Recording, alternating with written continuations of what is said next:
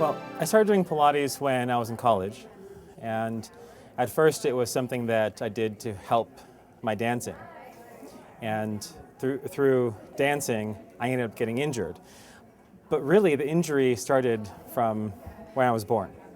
So I was born with a mild case of cerebral palsy, and it wasn't anything severe enough that anybody looking at me would be able to point something out. But when I was 3, because I couldn't stand with my heels down, they cast me flat so that I would be able to stand flat on the floor. You know, some kids walk on their toes and they get over it. This is a matter of not having the range and not having the access. And so they cast me flat, and that was the only solution. And really, that's good, because a lot of times they do some very extreme surgeries that would have led to more scar tissue and more problems in my ability to function later on. And as I got older, I became more athletic and I played basketball. I got into dance. I first trained myself, got my first job, bought my first car, drove myself a half hour to dance class. And for me, that became an out from the small town and very poor squalor circumstances that I was brought up in to go someplace and make something of myself. So when I was introduced to Pilates in college, and at first it was just something that I did as a part of my dance conditioning. And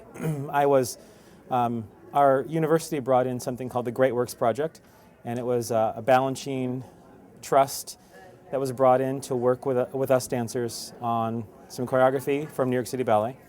And we had 15 performances of this work, and I woke up and could barely walk, and would shuffle to the shower and not be able to function.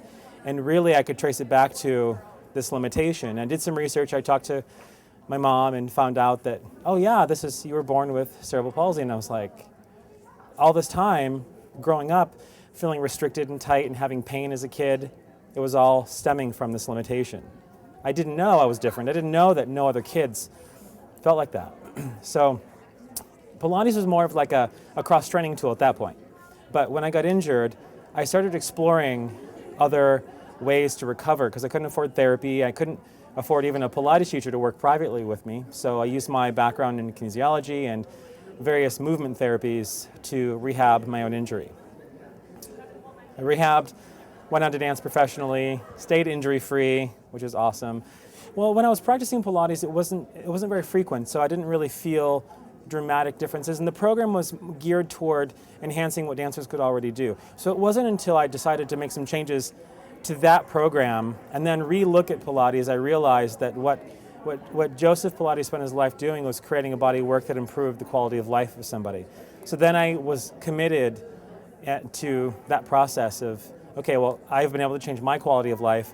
This is something that I can work with clients, and worked with students first in college and then worked with clients afterwards, first as guinea pigs, and then now 15 years later, I run a studio, I have teachers, I have a training school, and it's all centered around that quality of life.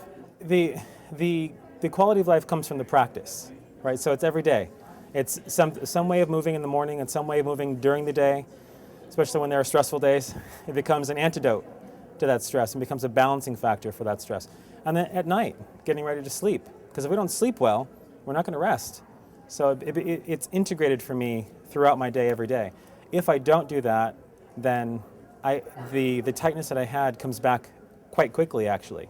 Because while cerebral palsy isn't a degenerating condition, it does still, you get pulled by how tight the joints and how restricted the muscles can be. So the quality of life every day, because I practice every day. What I see in clients that come to the studio, whether they're working with me or they're working with somebody else, is that when they were kids, and when I was a kid, you believe you have potential, you're told you have potential. Your teachers tell you, your parents tell you, your friends, everybody, you're so good, you can do it. And then at a certain point, we forget. And people stop telling us. And we have clients that walk in that are 40s, 50s, 60s, 70s, and they haven't been told or experienced that they have potential 20, 30, 40 years. We put them on a machine, we show them, they get better, and they realize they have potential. So for me, it's about expressing that potential for people so they can live it.